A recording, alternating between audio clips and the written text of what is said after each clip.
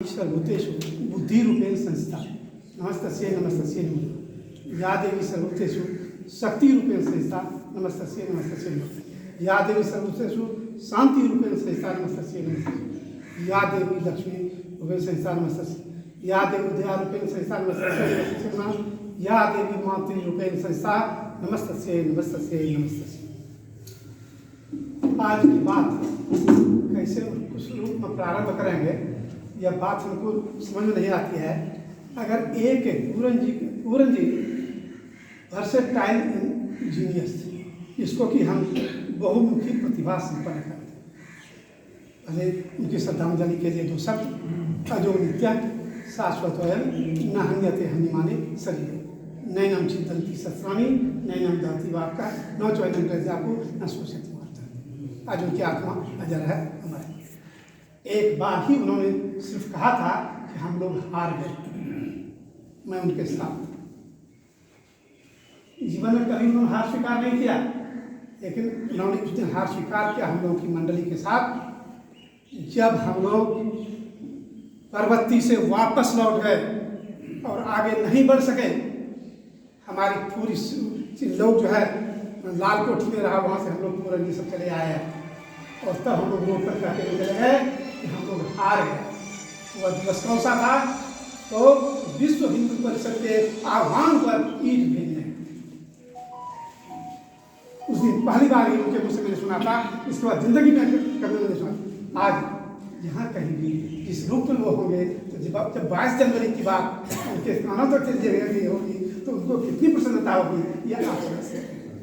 या उनके व्यक्तित्व का जो है वो हार भी स्वीकार करते थे और सारी बातें भी स्वीकार करते थे। अब उनके संबंध में कई बिंदु हैं, सारे बिंदुओं की चर्चा नहीं करेंगे, सिर्फ आपको बिंदु दे देंगे ताकि आप भी उनके बिंदुओं पर विचार करेंगे कि कैसे क्या और किस रूप में होती थी। 1963 नहीं 1964 का वह दिवस था। मैं कर्ण शाखा जाता था।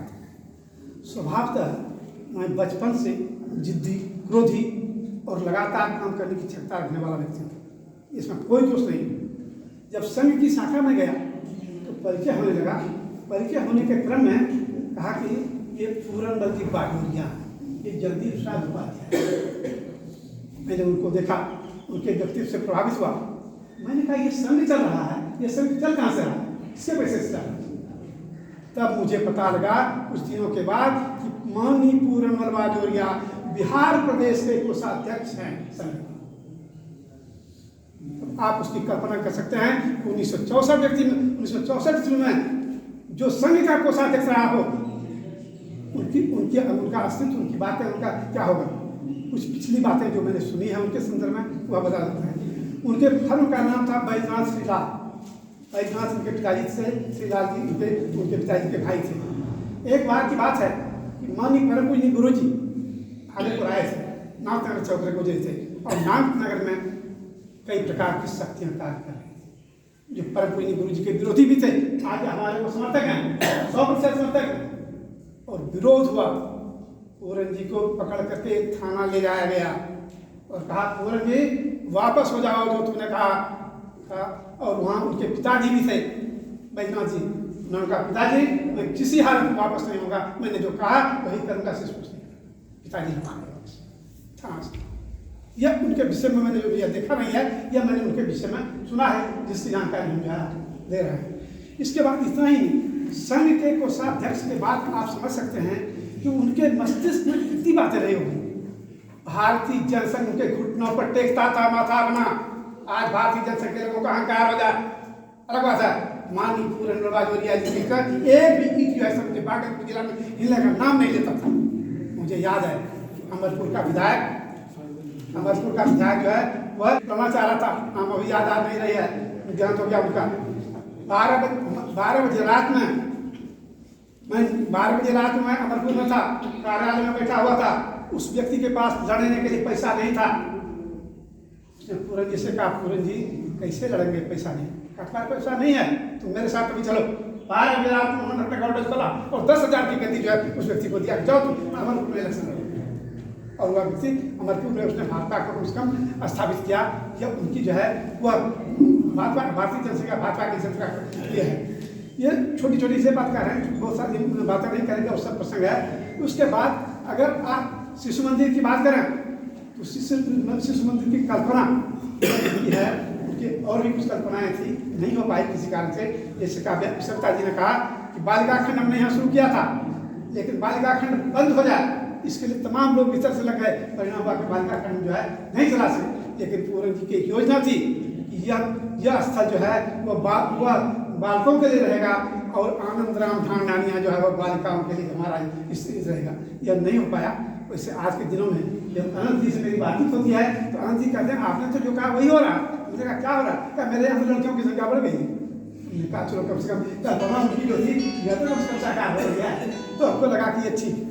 तो ये शिशु मंदिर की कल्पना बताया। शिशु मंदिर से हमारा क्या बना नहीं बना इसकी प्रसंग में आपने सारी बातें सुनी भी और भी सुनेंगे। अनेक लोगों के तन मन धन के सहयोग से उनके आज दामोदर जी के पुत्र भी आपके बीच हैं जो कि सेवा सहयोग कर रहे हैं, सारे लोग हैं, सब चीज़ हैं।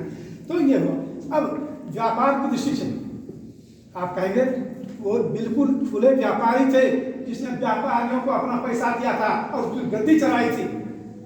नहीं चलाना का आज चंपानगर का अगर व्यक्ति जो मेरे सामने है तो अगर मुझे कहेगा तुम्हें 3 पावर का पैसा नहीं दिया गया था जिससे ये बता दो, वह कुछ नहीं बोल सकता है, उसको दिया और उसने नहीं लौटाया, आज तक भी नहीं लौटाया, जिसके कारण की आर्थिक स्थिति लड़ाई इतना ही नहीं।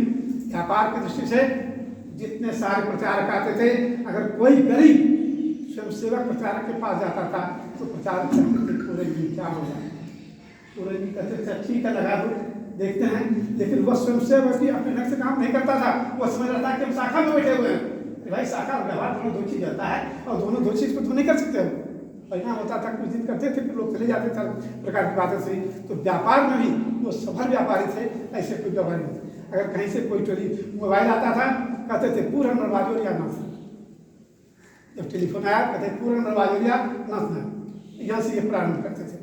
तो ये व्यापारिक बात छोटी सी हम आपने को कहे।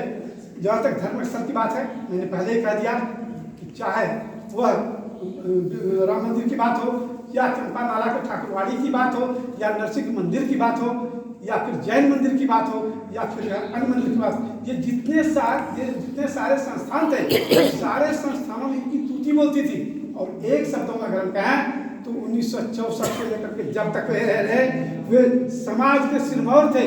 अपने मारवाड़ी बंधुओं के तो सिरमौर थे ही, कोई उनके सामने सिर नहीं उठाता था, एकदम साफ था, कोई व्यक्ति नहीं करता था उनके साथ जो है कहीं कुछ बात नहीं करता था। शंकर जी जोर से बोलते थे, उनके बोलने की अपनी आदत थी, लेकिन बोलते वही थे जो पूरन जी कहते थे और पूरन जी जो कहते थे वही शंकरलाल बाजोरिया जी करते थे। उनमें कोई कोई अलगाव नहीं था। तो अब उसके बाद सामाजिक बात हम आपको बताते हैं। विवाह साथ संपन्न सारे लोगों के यहाँ जाते थे, बैठते थे। आज हमारे यहाँ तो आप आज हमारे यहाँ हरिलाल रजक जी, यहाँ पे हमने पूछे हरिलाल रजक जी की बेटी की शादी थी। मानीपुर बाजोरिया जी जगदीश्वर उपाध्याय में बैठा रहा और मैं लगातार कमीज खोल करके काम करता रहा। तो पूरन जी ने उपाध्याय जी ने भी कहा कि क्यों तुम कमीज खोल लिए हो? पूरन जी ने कहा इस कार्यक्रम के बाद ही कमीज खोलेगा। और सचमुच उनके विवाह की सारी रस्में जब पूरी हो गई, जब बारात विदा हो गया, तभी मैंने कमीज खोली। इस प्रकार से सामाजिक काम में जो है इस प्रकार लगे रहते थे कि उनको कोई कुछ नहीं कर सकता था। और पहले मैंने कहा कि आर्थिक सहयोगी थे, जो कुछ भी उनके जाते थे। हाँ, एक बात जरूर करते थे जो मैंने सुना था कि एक बार चंपानगर से कुछ लोग आए कि मंदिर बनाना है। उन्होंने कहा मंदिर बनाना भाई ठीक है, हम तुम्हारे साथ हैं, लेकिन तुम्हारा सहयोग वहाँ से होना चाहिए। ये समाज का है, समाज का लोगों से सहयोग होना चाहिए, हम भी तुम्हारा सहयोग करेंगे। इस प्रकार की बात हम समझाए। ये नहीं चंपा जूठा ले लो, समुझे चले जाओ और जो है तुम मंदिर बना दो, इससे जो है जागरण नहीं होगा। इस प्रकार की बातें वो क्या करते थे। उसके बाद जहाँ तक पार्लियामेंट की बात, पार्लियामेंट के सदस्य आज अपने को काबिल समझते। एक हुकुमचंद कछवाए थे, 6.5 फीट के हुकुमचंद कछवाए को जब मैंने पूरन जी के दरवाजे पर देखा तो मैंने कहा कितने व्यक्ति को मार देगा, ऐसा इसका ठिकाना नहीं है। ऐसा व्यक्तित्व कि 2-4-5 को तो वो आधे घंटे जो है हुकुमचंद कछवाए जो है मार के। कहने का मतलब है कि शक्ति सामर्थ्य सभी दृष्टि से जो है वो काम करते थे। और इतना ही नहीं, एक बात और भी है कि आज हम जिस विजय कुमार मित्र की नाम लेते हैं, जिनकी ध्वजा और पताका आज अश्विनी चौबे भी फहराते हैं नाम, यानी लोगों के उस विजय कुमार मित्रा को बनाने वाला भागलपुर का पूरनमल बाजोरिया ही है, शेष कोई नहीं। और संपूर्ण उस समय से आज तक राजनीति को दिशा देने वाला अब तक जो है, अब तक जब तक जीवित रहे पूरनमल बाजोरिया ही रहे, शेष कोई नहीं रहे। सिर्फ एक घटना हम बताते हैं। माननीय उपाध्याय जी के हम बैठे हुए थे, उपाध्याय जी थे, पूरन जी थे, मैं था विजय जी ने कहा कि पूरन जी अगर चुनाव होगा तो टिकट मुझे ही नहीं मिलेगा। अब यह बात सोच सकते हैं, जो सदस्य है वो कहते हैं कि पूरन जी अगर चुनाव होगा तो टिकट तो मुझे ही मिलेगा, पूरन जी चुप हो जाते हैं। तो यह सब कुछ उदाहरण है, क्योंकि आज बहुत बातें नहीं कही है, हमारी भी थोड़ी तबीयत ठीक नहीं थी, लेकिन हमने सोचा कि आज के अवसर पर ये सारे कुछ बिंदु आपको दे दें।